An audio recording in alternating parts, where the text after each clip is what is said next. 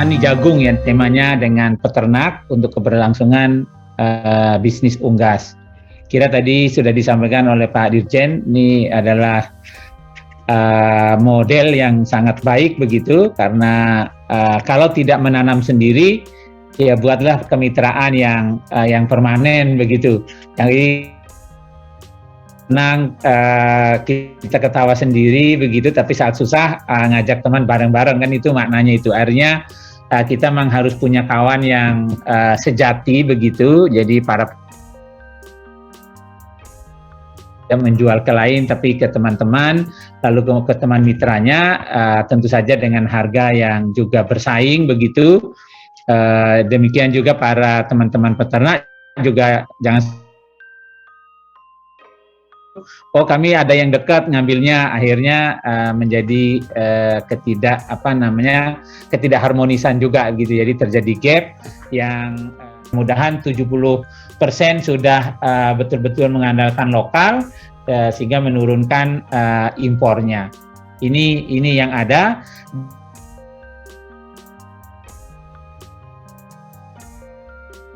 Di atas 70 tentu saja ya paling tidak mungkin sampai 80%, saya kira ini adalah hal yang sangat baik. Apalagi sekarang sudah ada penggalangan untuk penanaman kedelai, mudah-mudahan mengurangi nanti mensubstitusi impor soybean meal-nya begitu.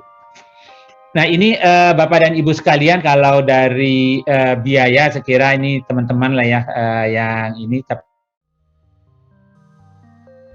jagung begitu, biar kita bisa lihat perkembangan infrastruktur jagung lokal di. Nah ini perkembangan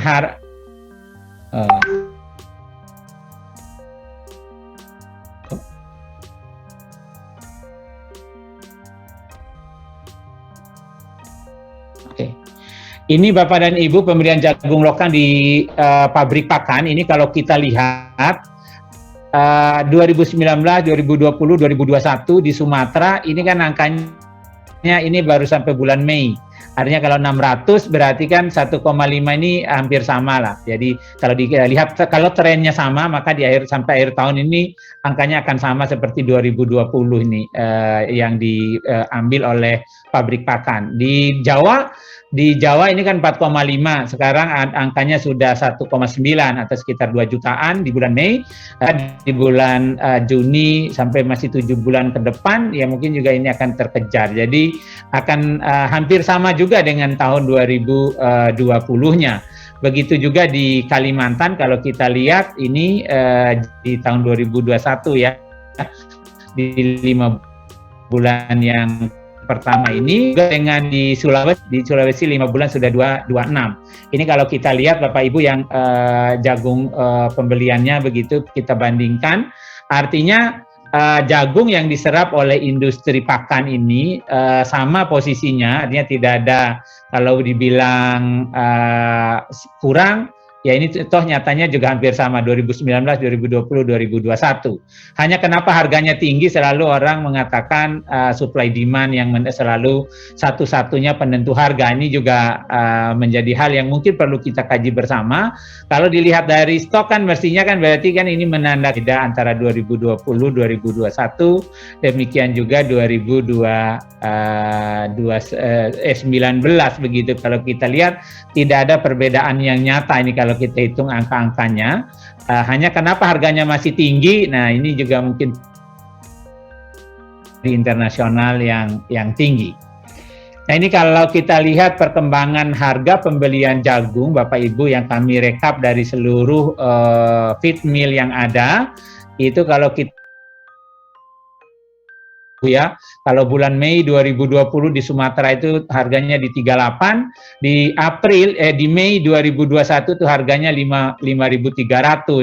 Artinya ada selisih sekitar recording in progress gitu. Jadi ini angka yang juga sangat besar ya. Kalau di Jawa juga selisihnya 1.600-an ini di bulan Mei ini 2020 dengan 2021. Ini di Kalimantan malah hampir 2.000, di Sulawesi 2.000 lebih malahan ya selisih harga bulan Mei 2020-2021 membuat kenapa teman-teman para peternak baik yang UMKM maupun yang industri feed mill itu sering beberapa kali menyampaikan keluhannya terkait dengan harga jagung yang sangat tinggi. Karena kalau kita bandingkan dengan di 2020 ini memang sangat jauh. Saya kira ini yang mungkin perlu kita carikan solusi sama-sama begitu supaya harganya ini juga bisa imbang agar harga akhir dari daging ayam dan telur itu juga tidak tinggi-tinggi, karena pasti para industri kan akan mengkompensasi harga pakannya naik, nanti harga ayamnya juga naik. Nah ini yang menjadi persoalan di kami juga sekarang, harga ayamnya tidak naik-naik gitu, malah sekarang ini lagi turun. Nah ini juga menjadi dilema juga kita sama-sama dengan harga input yang naik tetapi harga outputnya turun. Nah ini perkiraan kebutuhan jagung Ibu sekalian, ini perkiraan di kami penggunaan oleh feed mill ya mungkin sekitar 7 sampai kalau formulasinya ini naik menjadi 50-an sekitar 8 jutaan dalam setahun. Nah ini 2 ya sekitar ini naik 8 juta ya di sini biasanya hampir 4 jutaan. Jadi 11 sampai 12-an juta ton dalam setahun untuk kebutuhan di subsektor peternakan. Saya kira kalau itu yang kita butuhkan Bapak dan Ibu sekalian terkait dengan kebutuhan jagung industri atau di sektor peternakan, baik industri feed mill maupun peternak UMKM yang membuat formulasi sendiri atau yang self mixing begitu sejumlah sekitar 11 sampai 12 juta ton itu. Namun demikian karena kondisi ada di jauh-jauh tadi sudah disampaikan oleh Pak Dirjen dan alhamdulillah juga sudah difasilitasi, termasuk juga terakhir ini kami laporkan juga kepada Pak Dirjen bahwa kapal yang direct dari Jawa Timur sampai ke Bima itu juga sudah ada Pak, sekarang sudah jalan kapal Roro yang bisa mengangkut trek fuso. Jadi tinggal teman-teman tinggal ngumpulkan truknya langsung masuk di kapal, tinggal nunggu di Jawa Timur dalam waktu 24 jam. Ini adalah sebuah juga perbaikan dari alur logistik.